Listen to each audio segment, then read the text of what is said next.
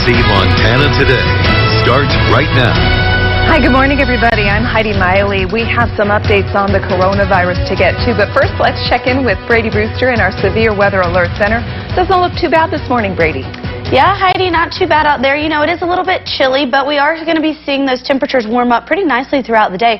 First, let's check out our sunrise chimes. We'll be seeing that sunrise within the next hour and a half here, 7:32 around Missoula and Kalispell, down in Butte and Bozeman, around 7:26.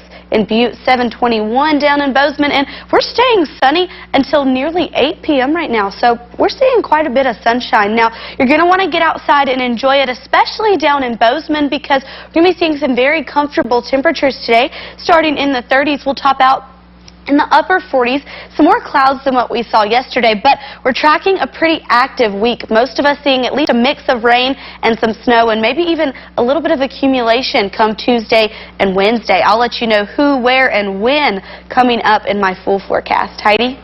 All right, thank you, Brady. Montana keeps confirming more coronavirus cases. In 10 days, they've multiplied from 4 to 34 cases in our state. The coronavirus now touches 11 Montana counties. Gallatin County leads with 10 cases. Yellowstone County has 6, Missoula County has 4, Cascade and Lewis and Clark counties both have 3 each. Now, the danger in Gallatin County may be the most troubling. Officials can't track some cases there back to, say, any travel history, to someone who traveled, or to exposure to someone known to have COVID-19. An untraceable spread like this is called community spread. However, officials also say the cases aren't related to one another.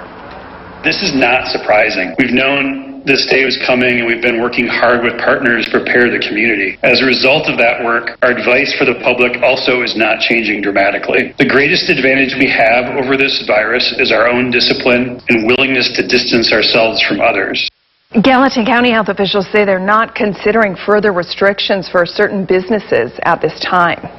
There are new changes in the way the state of Montana counts cases of COVID-19. Officials will now count out-of-state cases in our state's total. The Centers for Disease Control guidelines do not include out-of-state residents, and Montana officials do acknowledge their numbers will differ from the CDC. Our state and CDC numbers will look a little different.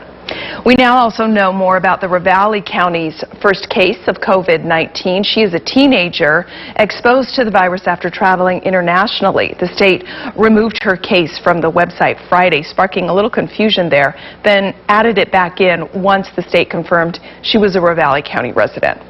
We're learning more information about Kalispell Regional Healthcare doctor who tested positive for the coronavirus.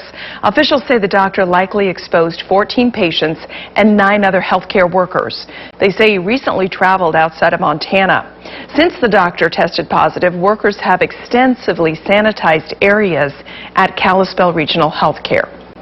The concern of everyone, I think, is that the virus will be more widespread than it is right now. Again, at this point, we have no indication that there's any person-to-person community transmission of the virus within our valley, and that's a good thing. Officials are advising those affected healthcare workers and patients to self-isolate.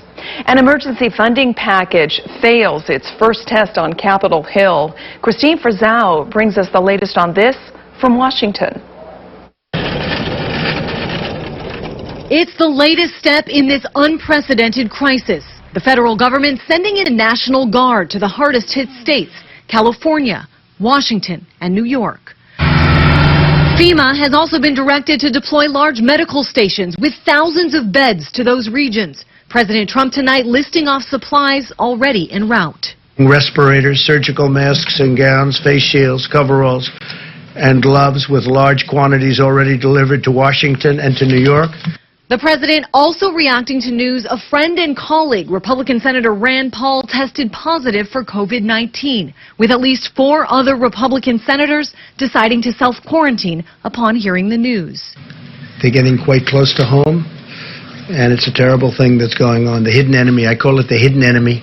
Down the road on Capitol Hill, an emergency relief package with a price tag inching close to $2 trillion failed in a procedural vote. The motion is not agreed to. Both sides back to the negotiating table. Following major concerns raised by Democrats, the bill bailed